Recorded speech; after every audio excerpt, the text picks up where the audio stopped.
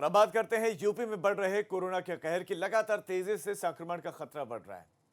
जहां पर देश की बात करें तो आंकड़ा 18 लाख के पार जा चुका है, तो वहीं पर यूपी में एक दिन 4,473 नए पॉजिटिव केसेस मिले हैं और आंकड़ा 1 लाख छूने को है उत्तर प्रदेश में। यानी कि करीब 97,000 लोग अब तक संक्रमित हो चुके हैं। हालांकि अभी 40,000 से ज्यादा एक्टिव केसेस हैं यूपी में। एक दिन की बात करें तो एक दिन में 50 कोरोना के मरीजों की उत्तर प्रदेश में मौत हो गई है। और सबसे बुरा हाल कहीं का है तो राजधानी लखनऊ का ही है। सबसे ज्यादा संक्रमित, सबसे ज्यादा एक्टिव केसेस राजधानी लखनऊ में है। हालांकि यूपी में रिकॉर्ड तो टेस्टिंग भी हो रही है। सबसे ज्यादा टेस्टिंग प्रदेश में किसी राज्य में हो रही है तो वो उत्तर प्रदेश है।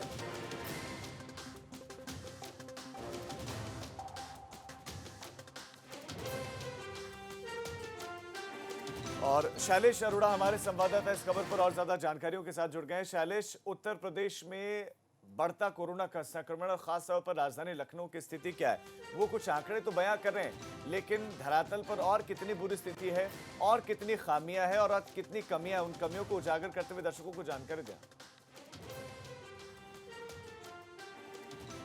निश्चित रूप से राजीव, आंकड़े जो है वो रोज हम लोग देख रहे हैं, दर्शकों को बता रहे हैं कि किस तेजी से बढ़ते जा रहे हैं।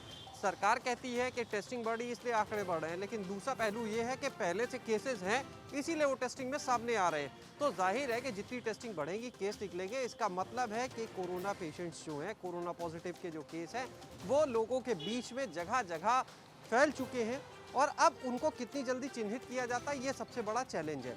दूसरी चीज, लापरवाही की अगर बात की जाए तो वो भी चरम पर चल रही है इस समय। अभी हाल ही में एक आंकड़ा सामने आता है कि 23 से 30 जुलाई के बीच में करीब 2290 के आसपास ऐसे कोविड पेशेंट थे जिन्होंने अपना डाटा गलत दिया हुआ था।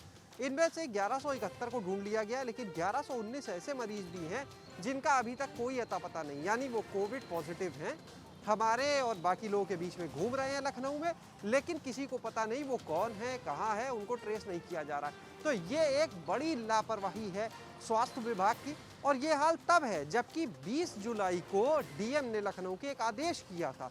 उस आदेश में साफ कहा था कि अगर कोई भी कोरोना टेस्टिंग के लिए जाता है तो उससे कोई पहचान पत्र लिया जाएगा वैलिड, चाहे वो पासपोर्ट हो, चाहे आधार कार्ड हो, ड्राइविंग लाइसेंस हो, इस तरह का कोई ना कोई लिया जाएगा।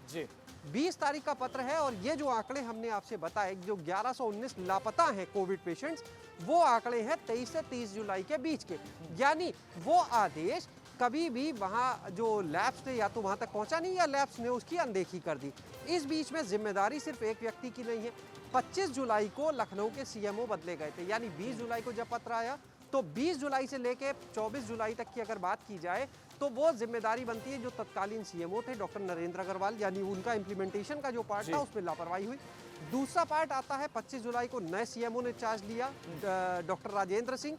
उसके बाद उनका कार्यकाल शुरू है, यानी कि चाहे पुराने सीएमओ हो चाहे नए सीएमओ हो, किसी ने भी इन आदेशों का सही से पालन नहीं कराया। बदल रही है। आपका शैलेश इस तमाम जानकारी के लिए धन्यवाद। तो केसेस बढ़ रहे हैं, टेस्टिंग बढ़ रही है, अच्छी बात है, लेकिन जो केसेस बढ़े हुए दिखाई दे रहे हैं टेस्टिंग की वजह से नहीं बल्कि कोरोना के पॉजिटिव केसेस घूम रहे हैं, संक्रमित है लोग, इसीलिए वो टेस्टिंग में दिख रहा है।